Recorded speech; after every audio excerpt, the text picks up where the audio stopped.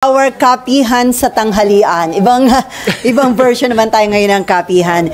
And our guest for today, naku, napakasipag, present sa lahat ho ng budget hearing at mataas din ang expectation ng taong bayan sa kanya na under his watch ay wala na magiging questionable sa ipapasa na 2026 budget. So let us all welcome the Chairman of Committee on Finance, Senator Sherwin Gatchalian. Hi sir, magandang tanghali po. Thank you, Sally, at thank you sa ating mga friends from the media. Tama ka, inuupuan ko lahat kasi nga maraming bagay na hindi ko rin kabisado at gusto ko matuto doon sa mga bagay na yon. At yung budget gusto ko talaga makita per item, no? So talagang inuupuan ko lahat ng agencies. Hindi ko tinitignan kung malaki o maliit, basta lahat upuan. So sir, yung attend mo sa lahat ng budget hearing, makakatulong yun dahil magiging kabisado mo lahat yung detalye ng bawat ahensya ng gobyerno. Well, bawat sentimo para sa akin importante, no? So kung meron tayong mga bagay na pwedeng tipidin, pinag-aaralan namin yun, at kung meron mga bagay, kasi marami ring request, no? So kung may mga request yung mga agencies, gusto ko rin pag-aralan kung yung mga request nila ay karapat-dapat at paano popondohan yung mga request nila. Sir, kahapon sa hearing ng proposed budget ng Department of Agriculture, meron ka naging revelation. Nakita ninyo na may overpricing na nangyari at meron ding ghost farm-to-market road project. Tama po ba? Oo, kasi nung rini-review namin yung budget ng Department of Agriculture, malaking portion doon ay yung farm-to-market roads, almost 16 billion. So tinignan namin yung history ng farm-to-market roads. At nagulat nga kami na may mga farm-to-market roads doon na talagang sobra-sobrang overpriced. Narinig din naman kahapon, no? Ang cost kasi ng DPWH is 15,000 per meter or 15 million per kilometer. Pero si Secretary, bilang dating negosyante, alam niya kasi yung mga ganitong cost. Sabi niya kaya na gawin yan at 10,000 per meter or 10 million per kilometer. Pero nakita namin sa maraming mga lugar, nagkakalaga ng almost 300,000 per meter or 300 million per kilometer. Grabe. Nung tinitignan ko nga, ayaw ko nga maniwala eh. Kasi 300 million per kilometer, parang gumawa ka na ng tulay nun eh. No? Pero kung iisipin natin, kanina lang lumabas sa news, merong 421 na ghost projects na nadiskubre na ng Department of Public Works. Walang imposible sa korupsyon eh. No? Talagang pag korupsyon, gagawing ghost project, gagawing sobrang overpriced, basta lang makakubra ng pera. So sir, dito sa nakita nyo na overpriced farm-to-market road at saka yung ghost farm-to-market road, same personalities, same agencies and contractor po bang involved? Well, nakita namin na may trend, no? For example, for 2023 and 2024, ang pinakamaraming nakakuha ay Region 5, which is Bicol area. And then pangalawa, Region 7, which is the Leyte area, Tacloban, Leyte area. And nung tinignan namin yung mga contractors for 2024, tatlo doon out of the top 10 are part nung 15 top contractors sa flood control. Isa nandoon yung High Tone, no, which is kapatid ni Zaldico. So para sa akin hindi coincidental ito lahat eh, no? Pero isa ring nakikita namin na itong mga contractors ng flood control hindi limitado sa flood control. Meron rin silang project sa FMR. Tingin ko may projects pa sila sa kalsada, may projects sa irrigation. Hindi pa kasi pumapasok yung budget ng NIA, irrigation. Tingin ko meron rin doon. So yun yung mga hinihimay namin ngayon. So sir, considering na parang the same person, the same personalities and agencies ang involved, sa tingin nyo dapat isama na rin ng Blue Ribbon Committee sa investigation itong issue sa farm-to-market road? Ako personally, I will recommend sa Blue Ribbon na tignan nitong farm-to-market roads kasi nga parehong mga contractors eh. No? At i-recommend ko rin sa ICI na tignan rin nila itong farm-to-market roads kasi nga una-una sobrang overpriced from 15,000 per meter naging 300,000 per meter. Talagang talagang garapalan na yung overpricing. At yung mga contractors, pare-pareho rin, kaya re-recommend rin namin sa ICI, at least ako personally, na tignan na rin tong farm-to-market roads. So, ibig sabihin, isa ito sa harapin pa rin ni former Congressman Saldico. Kasi sabi niyo nga, malaking pondo para sa farm-to-market road napunta sa Bicol Region. Yes. And then yung kontratista pa, related sa kapatid ni Congressman Saldico. Sa kapatid niya. Na, pagtitignan natin, diba, pinakita ko during the hearing, na malaking portion, almost 47 billion, na flood control projects na punta sa Sunwest at sa Haitun. Ito yung kasi itong dalawang to parang magkamag-anak, magkapatid na contractor. At marami nga doon nakukuha rin nila sa unprogrammed appropriations. No? So maganda ma-expand na rin ng Blue Ribbon at ng ICI yung investigation. Isama na rin nila yung isama na rin nila yung farm to market roads kasi nakikita natin merong ganitong anomalya rin.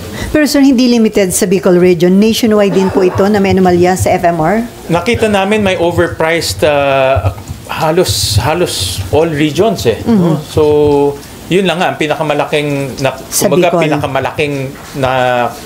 nakakuha ng farm to market roads ay sa Bicol area.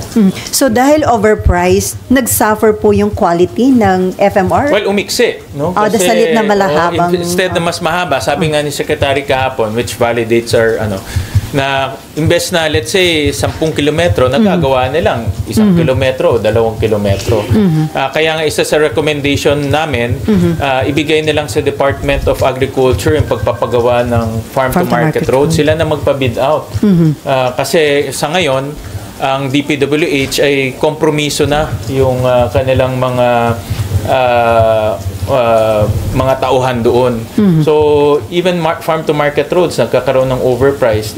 Kung ibibigay natin ulit sa 2026, mauulit lang yung ginawa nila in the past year. So, ang suggestion nga namin, DA na ang gumawa ng farm to market roads. Pero sir, may capability ba ang DA na mag-implement ng ganong proyekto? That's a very good question. Meron sila pero alam ko hindi ganong kalaki. So, kailangan kaya humihingi kami ng recommendation din kay Secretary Laurel kung kakayanin nila. Kasi mahirap naman ibigay tapos wala silang capability, matutulog lang yung pondo.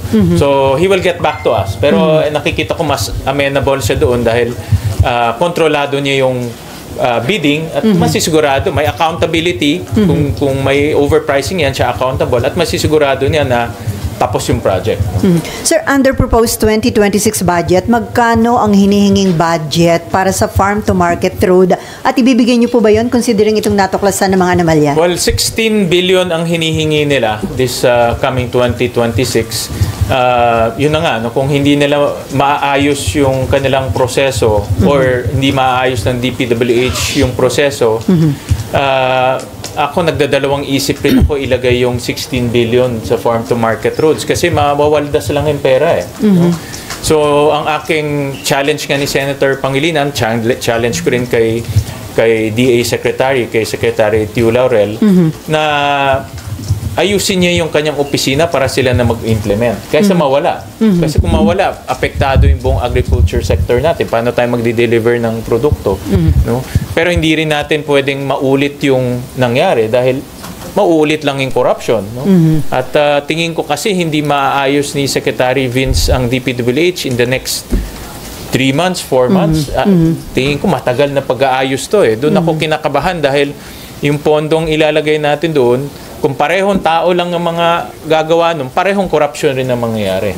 Yung nga sana itatanong ko, sir, kumbaga bakit ililipat sa DA? Ibig sabihin, under Secretary Vince, parang hindi pa rin kayo kumpiyansa na maayos ito may papatukan? Kumpiyansa naman ako kay Secretary Vince. No? Nakita ko na siyang magtrabaho. But kasi sa laki ng DPWH, no? We're talking about ang budget ng DPWH almost 800 billion eh. No? So marami, thousands yung kanilang tauhan doon.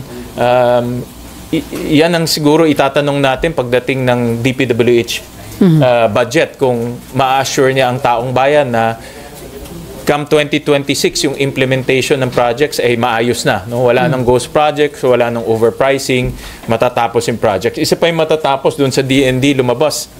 Yeah. Maraming projects na hindi tapos. DPWH din ang involved. DPWH rin yung gumawa. No? So, sabi ng DPWH, tapos na yung project pero hindi pa pala tapos. No? So, maraming ganitong nasasayang yung pera. No? Okay, Marlon. And then, Mayan?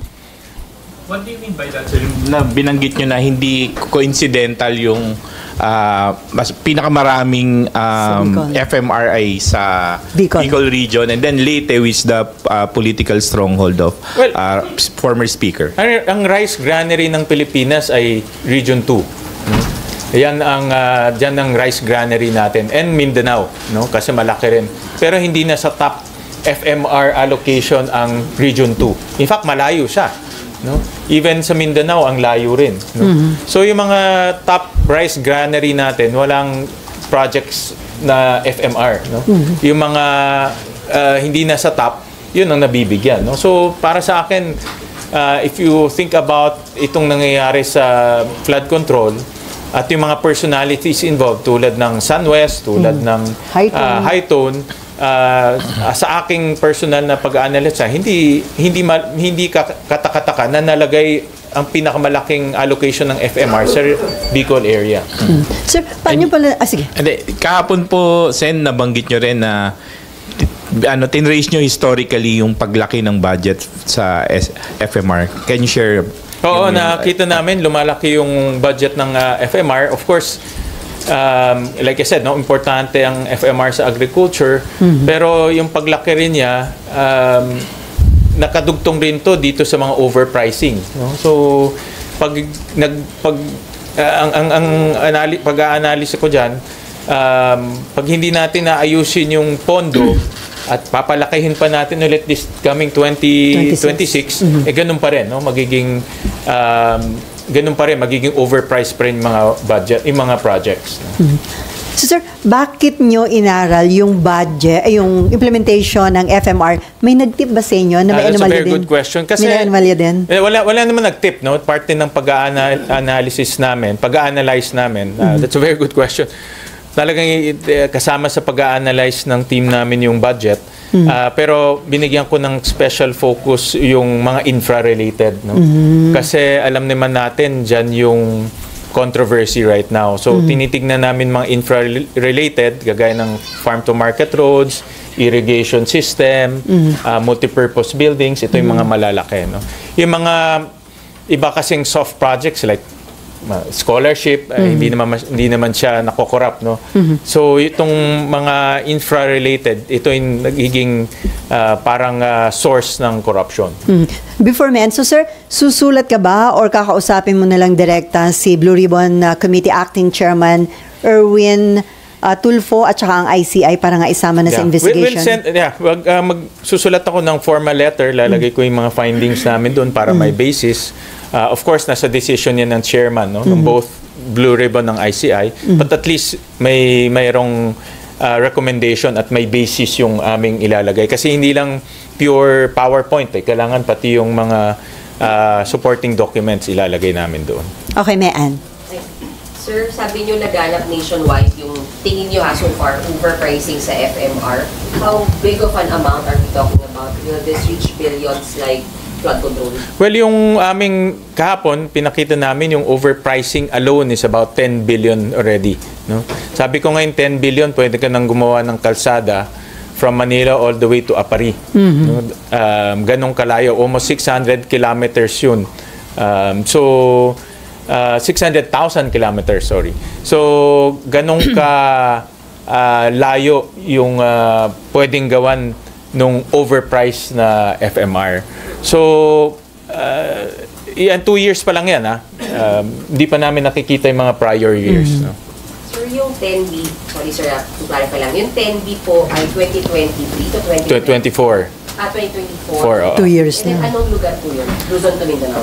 Iba-ibang regions Basta ang top 2 is Region 5, Region 7. Region 5, Region 8. Yan ang top 2. The top 2 regions na naka-corner ng projects, Region 5 and Region 8. Sir, Region 8 or Region 7? 8. Ah, 8. Samar region, Leyte, Samar region. Okay. Sir, how much are we talking about dun sa nakuha ng Bicol? Magkano rin po yung sa Region 7? If naalala niyo po? Hindi ko hawak yung data ngayon no. We can break it down. Okay. Yeah. Alright. That's all. Thanks. So sir, kung limited lang yun sa 2023 to 2024, pwedeng prior years meron pa rin nangyaring ganon? Pwedeng prior years merong mangyari rin ganon. Hindi malayo yan, no.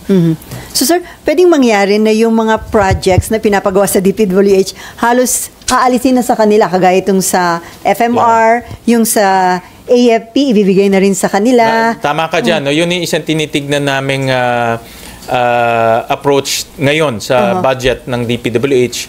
Yung mga hindi namang in line with their core mandate. For example, FMR, ibibigay nilang sa DA. Yung TCAS, yung mga sa kampo yun, ibibigay nilang sa DND. Yung school projects, school building projects, nasa DepEd na. So, pati yung HFEP, kung matatandaan nyo, diba, na-discuss sa Department of Health, marami rin silang complain na hindi tapos na health center, hindi tapos na hospital. Ibibigay na rin sa DOH? Ibibigay na rin sa DOH yun. So, yun yung mga tinitignan naming possibilities para ma-avoid natin yung repeat of what happened in past. So ano na lang po may iwan na project para sa DPWH? Kalsada, bridges. Mga flagship project. Mga flagship projects, oo. Kalsada, bridges, alam ko meron silang mga multi-purpose buildings sa mga ibang facilities, no? So, but yun yung tinitignan naming possibility. Okay, RG and then NIMFA and then back to Mean.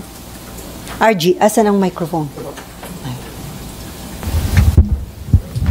Sir, yung nakita ninyo sa Bicol Region at saka sa Region 8, do you have any idea kung sino yung proponent ng mga project na yun? Kasi we know that iba-iba. Yeah, kasi we know that there are certain personalities that are, linked to those regions. The former APRO chair is a representative of a party list from that region. The former speaker is from the other region. So, meron ba kayong nakitang listahan ng mga proponents ito mga farm-to-market roads na binabanggit ninyo? Wala pa ako sa ganun, no? Hindi pa ako maabot sa ganun. Hindi ko pa nakita yung... mahirap kasi makita kung yung proponents dahil mga congressmen yun, no? So... they're congressmen, the two people that I mentioned. Congressmen sila. So, ibig ko sabihin, their budget process nasa Congress, no? So, wala akong information kung sino yung mga proponents nun. Ang kinukuha namin ngayon is yung list ng projects at ibabangga namin sa contractors na gumawa nun. Meron na kaming konti, no? Pero marami kasi yun There's thousands. So, yun ang aming ibabangga. At ibabangga rin namin yan doon sa NEP at sa GAB. No? Titignan namin kung saan pumasok itong projects na ito. Sir, may senador ba na nag-propose for those yun areas? Ang hindi ko alam. So, hindi pa kami umaabot sa ganun. Any of the names of contractors that have been mentioned so far na nakita nyo dito sa farm-to-market Yung roads? tatlo lang na-mention ni Presidente na top 15, may tatlong top contractors sa FMR for 2 years. Yung tatlong yon pumasok dun sa 15 na minention ni Presidente. No? So in other words, itong mga contractors na itong tatlo, hindi siya limited to flood control. Gumagawa rin siya ng iba. No? Okay. Before NIMFA, sir, anong stand mo doon sa unprogram? Kasi di ba may nagpo-propose na i-scrap completely yung unprogram, pero according to Malacanang, hindi daw po yun obra dahil kailangan yun in case of may emergency situation or emergency cases. Ako ang position ko dyan, in fact, yun ang advice ko nga kay Senator SP, kay Senator Soto. Tanggalin na yung UA, yung unprogrammed appropriations except for foreign assisted. No? Kasi yung foreign assisted, papasok yung loan pagdating ng 2026, so kailangan ng item talaga dyan. Nakita ko kasi yung mga ibang pag bin-breakdown mo dyan, ang pinakamalaki dyan yung sagip na tinatawag nila. At itong sagip na ito ay lump sum. No? So nagkakahalaga ito anywhere between 100 billion to about 120 billion. Lump sum siya. So lahat ng pwedeng maisipan, pwedeng ipasok dyan sa sagip. At nakita namin, kalahati nung sagip for 2024 and 2023, napunta sa flood control. Napunta sa flood control. So, in other words, wala siya sa line item ng program, kinukuha ng DPWH sa program na hindi natin alam kasi hindi siya naka-line item eh. No? At ina-approve rin ng DBM. No? So, pwede ba yun, sir? Yun ang nangyayari. No? Pwede yun. Pero nangyari na. Pwede yun, pero ang problema, hindi natin alam kung ano yung mga projects. Nalalaman na lang natin after the fact. Tapos na-execute na yung project. So that's what we're trying to avoid. So, anong gagawin niyo, sir? Ang ititira na lang saan program? Foreign assisted projects and FAPs. Yun na lang ang ititira natin. The rest, amenable ang House, sir, doon? Pinag-aaralan nila. We broached that idea to them, pinag-aaralan nila. But marami sa ating mga senators, at least yung mga nakausap po, agree with the idea. No? Okay. Kasi kaya naman saluhin ng program yung unprogram. Okay. Nympha. Sir, magkano po ba yung proposed budget ng DPWH, and base dun sa mga sinabi niyo po na baka ibigay sa ibang agencies, magkano yung mga probably matatapyas sa kanila? Yung iba, ang budget ng DPWH is around kulang-kulang 800 billion. Yung bago kasi diba tinanggal yung flood control. So yung bago siguro around kulang-kulang 800 billion. And then may mga items kasi, like for example in school, nasa DepEd yung budget, pero merong special provision na only DPWH can construct. So tatanggalin namin yung special provision na yan. Yung HFEP, ganun rin, yung mga hospital, tatanggalin namin yung special provision yan. Pero meron talagang mga pondo na sa DPWH, no? For example, yung TICAS, no? Tatanggalin namin. Mga 3 billion plus yan, ilalagay namin sa DND. Meron din sa PNP no? May equivalent yan sa PNP, so tatanggalin din namin. So itong TICAS is meant to build structures sa mga kampo.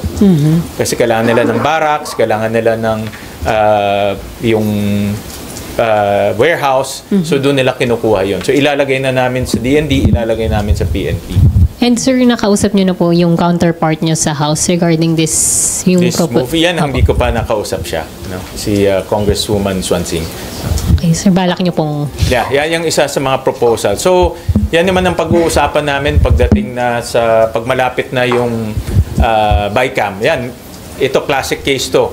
Ito magiging disagreeing provision to. Kasi sa amin, ilalagay namin sa DND, sa kanila, nasa DPWH print. So yan i-reconcile namin. Sa BICAM. Sa BICAM na yun. Okay. Thank you po. Mayan and then Raymond. Sir, clarify lang. Yung sa farm to market road na even though overpriced, naka-line item po ito during those years. Naka-line item siya. So it was never, hindi siya ghost. Nagawa naman, sir. Tama ba? Sabi ni Secretary kasi kahapon meron siyang na-detect na ghost eh. I think kasi nagpalakad na siya ng mga inspectors. So meron rin siyang na-detect na ghost, no. So sa GA kasi nakasulat doon, let's say 10 kilometers itong pondo. Pero in actuality, hindi 10 kilometer, maybe 2 kilometers lang or mas less pa. So doon na-detect yung overpricing. So tama sir, no? Not much of a ghost project, the FMR, but more of mas maikli lang siya. Yes, mas maikli lang. So overpriced. No? Sir, sorry, yung 2 years na sabi nyo na 10B, 2023 to 2025? 23-24. Yung buong taon. Okay, thanks po. Before Raymond, sir, itong ICI may recommendation to cut by half yung DPWH contract amounts for public works. Sa tingin nyo magandang recommendation Actually, yan? napag-usapan namin yan ni Senator Loren. Nag-suggest si Senator Loren, pero pinag-aaralan ko pa ngayon, na ang theory niya kasi, ang budget ng DPWH ngayon, kahit na yung bagong submitted, overpriced pa rin. No? So, pag in-approve namin yung overpriced budget ng DPWH, tuloy ang ligaya sa 2026. So ang suggestion ni Senator Loren is to review yung DPWH budget kasi overpriced siya. So kumukuha kami ng dokumento ngayon to review yung kanilang mga work programs. Ibabangga namin sa mayroon kami mga consultants na private engineers, babangga namin doon. So for example, kung overprice ng 10%, magbabawas kami ng 10% across the board. Pag overprice ng 20%, magbabawas kami 20% across the board. Pero sa ICI yata, sabi mo is i-cut by half. half the 50% overprice. No? Halimbawa, sir, yung daw public works bidding from 400 million, gagawin lang 200 million. Ang gagawin namin, for example, kami 10 or 20%, parehong project, parehong haba ng kalsada, mas mababa lang yung presyo. So wala nang pagkukunan ng kickbacks Yes, or... yun ang gagawin namin. Eksakto yung Kasi, 'di ba, kung susundan natin yung mga testimonies ni Bernardo, testimonies ni Alcantara, nasa NEP pa lang meron ng 15% eh. So, in other words, kukunin na namin yung 15% na yon. Pero parehong project, hindi kami magbabawas ng project. Parehong length, parehong work program, tatanggalin lang namin yung budget for that work program. So ano yan? Final na yan or plano pa lang? We're still validating, but that's the recommendation ni Senator Lauren. So we're validating pa kasi nga we need to make sure na yung overpricing, anong bang amount ng overpricing na yun. Okay. Raymond. Sir, umabot ba sa point na doon sa farm to market road investigation, may mga identified personalities? Kasi hindi nawawala yung merong farm to market road project, ang dulo niya ay resort ng isang congressman, then yung isa ay merong isang farm to market road, ang dulo niya ay sabungan na di aircon ng isang congressman. May mga ganun na ba? Wala pa kami, hindi pa kami umabot sa ganun. We'll have to rely on Secretary Tio Laurel dito sa inspection kasi ang dami, no? We're talking about thousands eh. No, so alam ko si Secretary Tio Laurel nagpapalakad na siya ng kanyang mga inspectors. So hingi na lang kami ng report kung merong mga ganyan na farm to house road or farm to sabungan road, no? So we have to rely on them dahil hindi namin kaya ma-inspect lahat. Ang kaya lang namin magawa yung analysis based on the documents. Doon sa issue na sir na gusto nyong tanggalin sa DPWH yung mga infra projects ibigay sa bawat department, meron na bang commitment just like DepEd, DOH and DND and even sa other departments na kaya nila, they have the capability to implement such project na hindi naman dati nila ginagawa? That's a very good question. Yan ang sagot na babalikan kami ng DND. I think DND walang problema kasi meron silang engineering core, di ba? So I think walang problema doon. Ang medyo hesitant ay ang DA. No, doon sila. So very careful rin si Secretary Tio Laurel. So babalikan kami. But yun na nga, no, we challenge them dahil kung gusto niyo maayos, kayo na lang gumawa. Hindi naman necessarily sila mismo no. Papabid out lang naman to eh. No, so at least yung contractor ay qualified, yung inspection ay actual inspection kasi sa DPWH kung 'di ba kung may 400 plus ghost project, ibig sabihin bulag yung mga inspector nila. Hindi nakita diba? Yung... May i-inspect pero walang nakikita. No? So,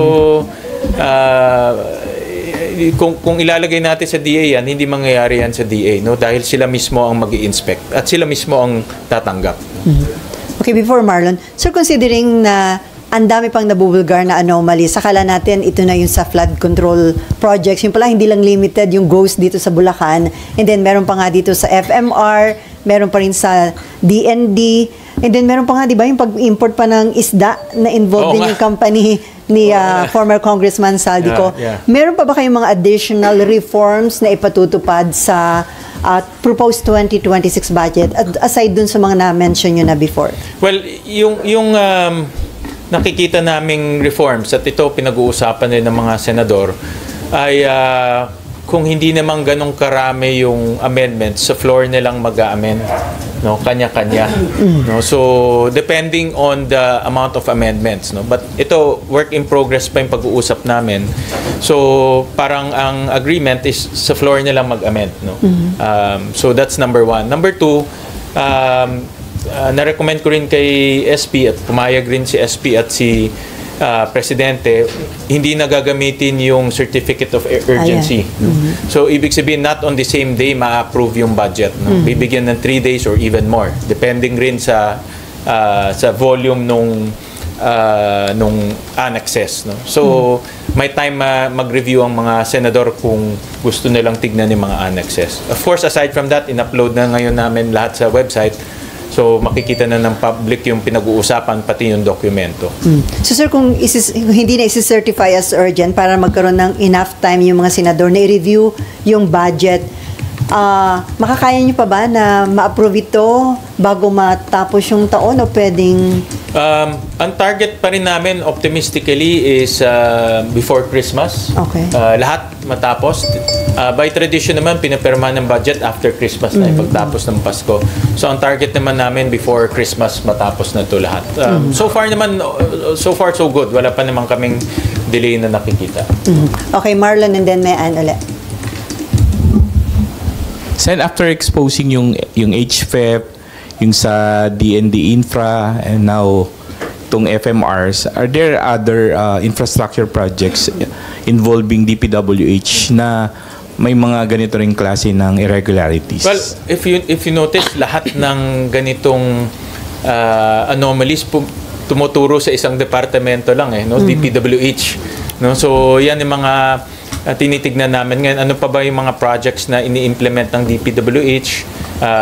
School buildings, hindi pa pumapasok dito yung DPWH budget. So we're talking about yung kalsada, yung bridges, meron pa rin mga yung irrigation infrastructure. Malaki rin ng NIA, 60 billion yung kanilang budget. So malaki rin ang pumupunta sa irrigation projects. So ito yung mga nakikita pa namin, ito pa yung mga hinihimay namin ngayon. Hopefully wala kami makita. To be honest, ako as much as possible, kung pwedeng lahat maayos, gusto ko sana maayos. Kung mali nga yung amin nakikita, gusto ko rin mali ako dahil nakakapanlumo yung mga nadidiscover no? Nakakapanlumo at nakakagalit rin dahil imagine yung mga projects hindi natatapos, overpriced, ghost project, nakakagalit. No? But should the public brace for more, katulad nga sabi kahapon ni Secretary Chu Laurel, shocking. At this time, Marlon, with that 400 plus ghost projects, anything's possible now. No? Anything's possible. Sabi nga ni Secretary Chu Laurel, may ghost projects in FMR na nakita sa isa pa lang yun. But nag-i-inspect sila ngayon. So, we have to brace for more of this itong mga anomalies. Sir, since kayo po yung nag-expose nito kahapon, you're planning to have similar sumbong sa Pangulo, sumbong kay Win website kasi para yung mga tao na mismo, farmer groups, farming communities, sila na yung mag-picture, Actually, doon sa Senate Transparency Portal, initially maglalagay kami doon ng hindi isumbong, ipaalam sa Senado. Hindi naman kay Win sa Senado. So kasi ang daming ang projects gusto namin malaman sa kanila kung itong mga projects na ito ay makakatulong ba sila sa kanila o hindi. Yung mga projects kasi sa sumbong tapos na yung mga projects sa amin forward looking So but nagpalit ng mga projects ang DPWH, so hindi namin tinuloy. But right now, na meron ng bagong mga projects, itutuloy na namin yun. Before Mayan and Sandra, sir, considering itong lawak ng corruption na kinasasangkutan ng DPWH, hindi pa rin naman po option yung i-overhaul o kaya i-abolish yung DPWH? Kung ako tatanungin, magtayo na lang ng bagong DPWH Kumuha ng bagong tao dahil lahat palitan. Parang ako kasi naniniwala kung hindi mo ang aking philosophy sa management. Dadating ka kasi sa punto na kung hindi mo maayos yan, gumawa ka na lang ng bago. Diba? So parang i-abolish yung kasalukuyang DPWH at magtayo ng bagong DPWH. Kung akong tatanungin, kasi I think it will take years and years for Secretary Vince to clean up. Maraming gagawin. Digitalization, of course, makasuhan yung mga dapat kasuhan, at may mga dapat ma-check rin kung tama yung ginagawa. Pero kung nakita ko nga doon, in ghost projects, yun na binanggit kasi kanina, napansin ko, buong Pilipinas Diba? Hindi lang limited to Bulacan, buong Pilipinas. So, ibig sabihin, buong Pilipinas may corrupt DPWH officials. Yeah. So, how do you clean that up? Okay, Mayan, and then Sandra, and then si Amor ba? Sir, balik ako dun sa budget. In the past budget seasons kasi, sir, ang nangyayari pag nasa plenary na, napapasok yung malalaking agencies like DPWH and DOH, ganyan. Pag pumadaling araw na, halos wala na pong senador. Ano pong magagawa nyo dun sa attendance? Kasi we can't help but think na kaya siya lumulusot ng mabilis ay dahil tatatlong senador na lang po yun nandun. Will you ask them to be present from start to finish kahit pamorningan? Well, first of all, andito na si Senator Lacson. So, kahit na alas 4 ng umaga yan, sigurado ako hindi lalampas yung DPWH ng hindi niya i-scrutinize. Nakita ko na siya in action when it comes to the budgeting process. So, I am very confident may scrutinize niya yan. Ako, I'll try as much as possible na itong mga mahalagang departments, wag naman sa madaling araw. Para fresh pa yung isip ng tao, fresh pa yung isip namin. Pag alas 4 ng umaga, haggard ka na. Gusto mo na lang, umuwi na. Sige, approve na. So we'll adjust, we'll time it in a way na yung mga important during the fresh hours. So, sir, magkakaroon ng ganong conscious effort Yes, na uunahin definitely. yung malalaking agencies? Yeah, definitely. Okay, na Sandra. Senator, ask ko lang yung follow-up ko yung question kanina, yung magko-construct, pwede mag-construct yung mga agencies mismo. Ano kaya yung siguro benefit nung ganon when pwede rin naman makorrupt siya sa mga agencies po? Well, first of all, accountability. For example, pag DND nag-construct, accountable si Secretary Teodoro, no? At sisiguraduhin niya tapos yun. No? So, accountable sila. Ngayon kasi, nagtuturuan no, pag hindi natapos, kasalanan ng DPWH yan. Sasabihin naman DPWH, kulang yung pondo na binigay sa amin. So, nagtuturuan. But, pag inilagay natin sa isang specific agency, sila na mag-budget hanggang matapos yung project para walang turuan. No? So, accountability is stronger. Isang issue yata in the past po is yung, kumbaga, madadivert pa yung attention ng mga agencies na yun. Baka wala silang expertise to construct. How do you address that? Yan talaga yung argument. Yan yung main argument na hindi naman nila core competency yung construction and project management. But kasi we also have to look at the situation now. The situation now is yung DPWH ay nakompromiso na. No? At ayaw natin maulit to.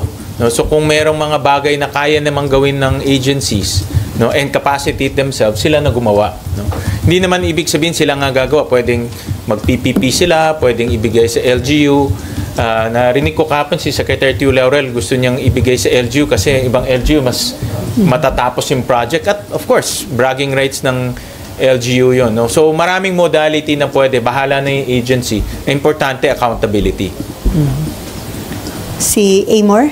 Sir, dun sa nabanggit po ninyo na magtayo na lang ng bagong DPWH, pati po ba si Secretary Vince ay... Well, extreme yun. It's extreme yun, Amor. It's easier said than done. No? Extreme talaga yun. I'm just saying lang na from a management point of view, parang mas maganda pa ganun. No? But extreme yan. Of course, marami tayong dapat pag-isipan yung mga tao, baka bumagali yung pag-set up. Diba? Malaking parte ng government contribution to our economy is infrastructure. Pag mawala yun, bagsak yung ating ekonomiya. No? So, marami tayong dapat pag-isipan. Extreme yan. Extreme. I'm not hindi naman siya hindi niyo naman po siya proposal hindi as naman, of now. Hindi naman. Kasi alam ko maraming dapat pag-aralan yan. For example nga, pag tumigil ang pagpapatayo ng infrastructure, buong ekonomiya natin titigil. No? So, hindi pwede rin mangyari yan. No? So, But it's something that crossed my mind kasi nga frustrated na tayo dito sa mga nangyayari. Nakaka-frustrate talaga. And then, sir, yung pong 800 billion na current budget ng DPWH, you mentioned na may mga aaralin pa po kayong possibly overpriced na mga items po doon. So, ibig sabihin, balak po or plan, nakikita nyo po na babawasan, tatapyasan pa yan ng Senate? Yes, definitely. Kung may nakita kaming, kung talagang proven na may overpricing pa rin, ang iniisip ko, and of course, subject to the approval ng mga kasamahan, bawasan ng, let's say, 10% across the board. So, kung 800 billion yun, babawas kami ng 80 billion. No? Kung nakita namin 20% yung overpricing, babawas kami 20% across the board. So, 160 billion na yun. So, marami kami matitipid, ilalagay namin sa iba. But sabi nga ng ICI is 50%, you know? Half. So, napakalaki yun. So, but we need to study it very carefully.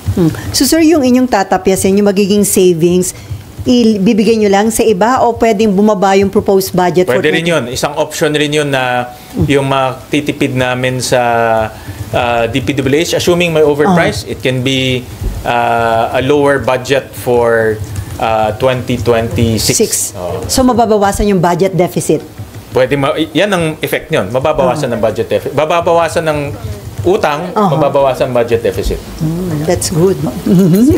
Sorry, sir, pwede po ba yun? Hindi po ba bawal dagdagan or bawasan yung NEP? Yeah, yung galing sa dagdagan. president? Pwedeng bawasan. Pwedeng bawasan. Hindi pwedeng dagdagan. Hindi pwedeng dagdagan. Anyway, last, okay, Raymond.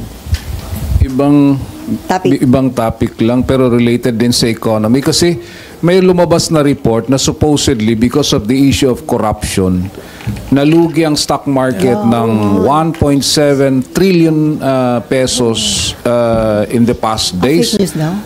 Pero ang sinasabi ngayon ng Malacanang, Fake news. Fake news daw ito.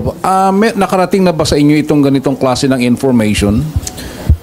Well, hindi natin maaalis na itong corruption issue nakakaapekto na sa imahe ng Pilipinas at pumapasok na sa consciousness ng iba't ibang bansa. Ang case in point dyan, ang Korea. Diba? Yung president ng Korea nagsabi na ingat tayo magpahiram dahil baka makorrupt. No? At because of this corruption issue, nagkakaroon rin ng mga demonstrations. No?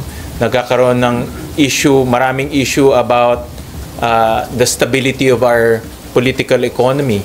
Basta magkaroon ng ganyan na pag-uusap, apektado ka agad ang mga foreign investors. Ang unang tinitignan ng mga foreign investors, stability. Yung first na pinag-iisipan nila, pagpapasok kami dito, dapat stable ang political economy at stable rin ang economy. No? So, in that sense, even yung mga mag-i-invest sa stock market, kasi ang stock market natin, a big part of that are foreign funds. Ayaw mo matali yung pera mo dito sa Pilipinas kung papasok ka. No? So, nakaka-apekto yan. Whether to quantify it or debatable yan kung paano ba talaga gano'ng kalaki. Pero sigurado ako may effect na yan outside of the Philippines. Lalo na yung mga potential investors, whether it's hard investments or in the stock market, nakaka-apekto na yan. I'll give you a very concrete example. Narinig niyo siguro kay Gretchen Ho, diba? Diba? Imagine mo, simple na money exchange, yan na yung kanyang top of mind.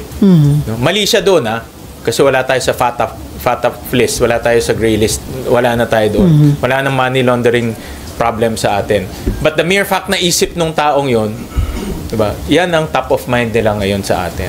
Kaya ang pinakamahalaga ngayon ay may makulong, may managot. Yan ang at mabilis. Yan ang pinaka-importante ngayon para mabalik natin yung confidence. Hindi naman hopeless ang situation. We just need to bring back the confidence. At ang Senate ay part nun para maibalik yung confidence. Part yun. Kaya nga itong budget is, sabi nga ni SP, ang marching order niya sa akin, ang 2026 budget dapat maayos, malinis, at efficient. Yun ang marching. Very clear siya doon. So, yun ang aming direction. And sa tingin niyo, tama din yung direction ng Marcos administration, sir. Considering dyan ang ICI, pero sabi ng iba, ano to? Kailan may kaya sabi ko dapat mabilis. No? Mabilis. Importante mabilis. And in fairness naman, marami ng kasong fina-file ang ICI. I think very strategic yung kanilang approach. So, nakikita ko naman na gumagalaw ng mabilis. No? And,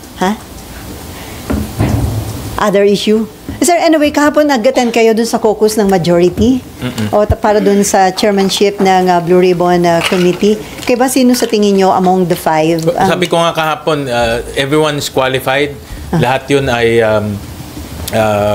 nakatrabaho ko at qualified sa kanila. Ako, I will support any of the 5 na na-mention ni Senator Soto, ni SP Soto. Dahil lahat naman sila proven integrity and mga worker at masisipag. Habol ko lang, just came from the province last week. Ano yung pwede nating mai-offer doon sa mga state just like Don Mariano Marcos sa La Union na tinamaan nitong Emong? Sobra-sobra yung damage sa mga school building. Kaya yung mga bata, lahat sila halos naka-asynchronous, hindi sila naka-online lang, walang face-to-face because of the damage sa mga buildings nila. Ano yung pwedeng magawa considering na malayo pang matapos ang taon?